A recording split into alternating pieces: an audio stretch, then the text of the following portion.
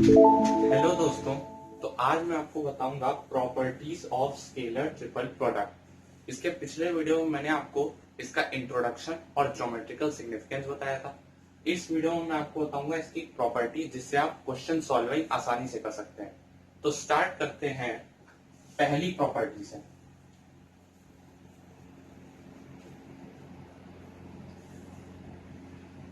तो पहली प्रॉपर्टी क्या कहती है, if all three vectors are cyclically permuted, then the scalar triple product remains the same। ठीक है, तो यह है पहली प्रॉपर्टी। ये क्या कहती है कि अगर हम सारे तीनों वेक्टर्स को साइक्लिकली परम्यूट कर दे, एक दूसरे पे घुमा दे, तो उनका जो स्केलर ट्रिपल प्रोडक्ट है वो हमेशा सेम आता है। जैसे कि मान लीजिए मैंने एक सर्कल बनाया,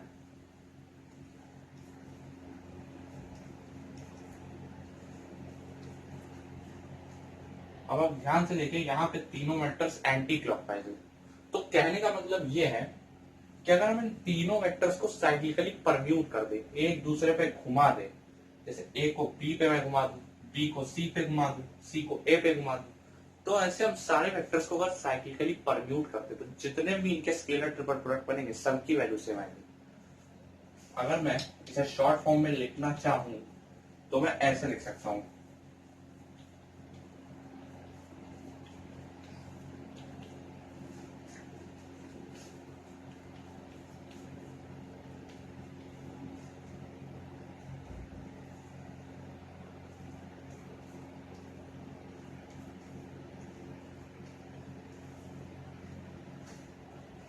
आप क्या ध्यान से देख सकते हैं।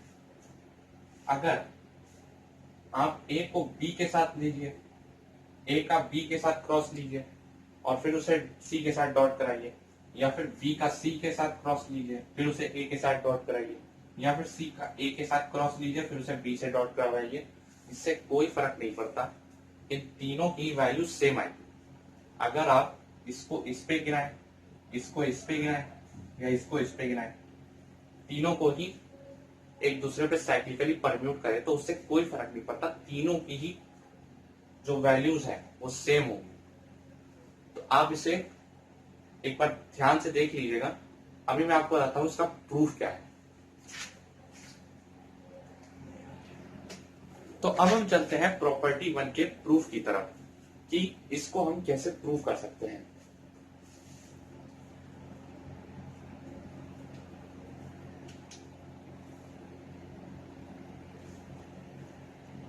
तो मान लीजिए मेरे पास तीन वेक्टर्स हैं, ए, बी और सी। लेट अस से वी हैव थ्री वेक्टर्स। मान लीजिए मेरे पास तीन वेक्टर्स हैं, कोई भी आप ले सकते हैं, A B C X Y Z, और मुझे इनका स्केलर ट्रिपल प्रोडक्ट पता है।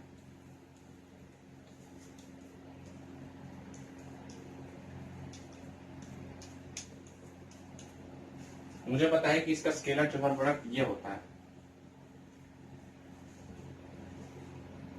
अब अगर आपको याद हो तो मैंने आपको पिछले वीडियो में बताया था कि स्केलर ट्रिपल प्रोडक्ट का ज्योमेट्रिकल सिग्निफिकेंस क्या होता है, वॉल्यूम ऑफ पैरेललोपाइड।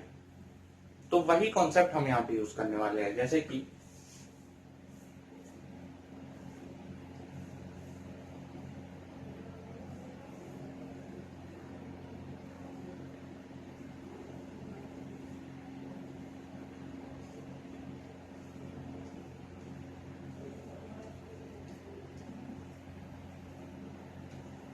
ये मैंने यहाँ पे एक पैरेललोपाइड बना दिया।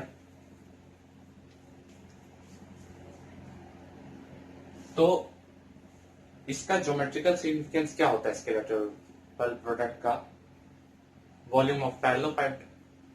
तो अगर आप ध्यान से देखें तो क्या मैं वॉल्यूम ऑफ पैरेललोपाइड को ये लिख सकता हूं,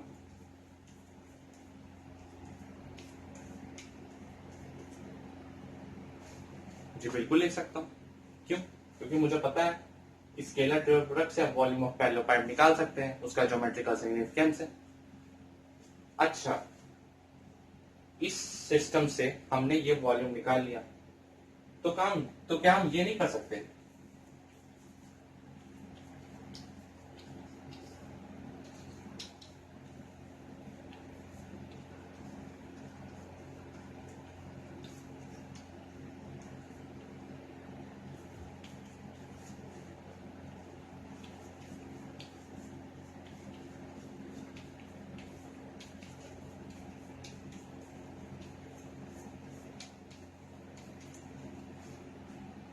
अगर मैं वॉल्यूम इस सिस्टम में और इस सिस्टम में निकालूं तो भी बराबर आएगा, इसलिए इन तीनों की वैल्यू बराबर होती है। क्योंकि अगर आप देखें तो ये वेक्टर ए, वेक्टर बी और वेक्टर सी क्या बना रहे हैं? एक राइट हैंडेड सिस्टम। भाई एक वेक्टर ए इधर है, एक वेक्टर बी ऐसे और एक वेक्टर सी ऐसे है, तो क्या है? राइट हैंडेड सिस्टम बना रहे हैं। X axis, Y axis, Z axis right handed system बना रहे हैं। बीसीए भी क्या है? एक राइट हैंडेड सिस्टम बना रहा है। X axis, Y axis, Z axis. और सीएबी भी क्या है? एक थ्री हैंडेड सिस्टम बना रहा है।